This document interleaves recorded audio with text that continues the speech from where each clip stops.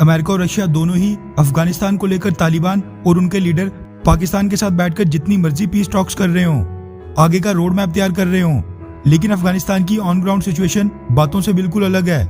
और तालिबानी गुटों के लोग लगातार पब्लिक प्लेसेस पर हमला करके आम लोगों को निशाना बना रहे हैं। कभी वो अफगानिस्तान में गुरुद्वारे पर हमला करते हैं तो कभी फीमेल जजेस पर।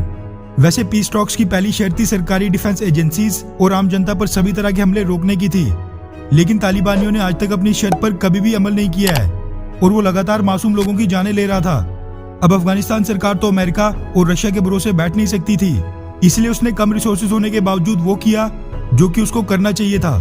दरअसल beyond world is one, ANI news agency, Dainik Jagran और कई बड़े बड़े मीडिया के हवाले से मीडिया रिपोर्ट सामने निकल कर आ रही है कि पिछले कल अफगान फोर्सेज ने तालिबानियों के ठिकाने पर भयंकर एयर स्ट्राइक्स की, जिसमें करीब 80 से ज्यादा तालिबानी आतंकी मारे गए हैं। रिपोर्ट्स के मुताबिक अफगानिस्तान की कांधार प्रोविंस में की गई इस एयर स्ट्राइक में तालिबानियों का एक बड़ा कमांडर सरहदी भी मारा जा चुका है।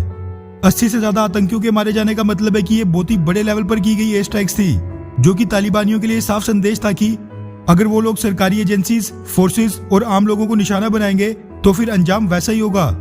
अब ठीक यही या फिर कह लो कि इस तरह की सिचुएशन भारत में माओवादी नक्सल्स के साथ है, क्योंकि तालिबान गुट के लोग भी तो आखिरकार अफगानिस्तान के नागरिक ही हैं। वो बात अलग है कि उनको वहां पर बाहरी देश पाकिस्तान की पूरी सपोर्ट है, लेकिन दोनों जगह सिचुएशन लगभग बिल्कुल सेम है। मगर अफगानिस्तान के प्रेसिडेंट अशरफ गनी तालिबानियों के खिलाफ आज की डेट में जो कठोर कदम उठा रहे हैं, वैसा कुछ करने में भारतीय सरकार, गृह मंत्री अमित शाह और खुद PM मोदी के हाथ पांव फूल रहे हैं। और दूसरी तरफ नक्सली लगातार घात लगाकर CRPF के जवानों पर हमला कर रहे हैं। ये बात भी सरकार को बिल्कुल समझ लेनी चाहिए कि 2 दिन पहले के छत्तीसगढ़ हमले में शहीद जवानों की शहादत पर हमारे मुंह से निकला कोई भी शब्द या फिर किसी भी प्रकार की सरकारी मदद या फिर सहानुभूति कभी भी उनकी शहादत की बराबरी नहीं कर सकती है। ऐसे में कड़ी निंदा या फिर दुख प्रकट करने से अच्छा है कि इन सभी देश के शहीद जवानों का बदला लेने के लिए अफगानिस्तान की तरह कोई कठोर कदम उठाए जाएं।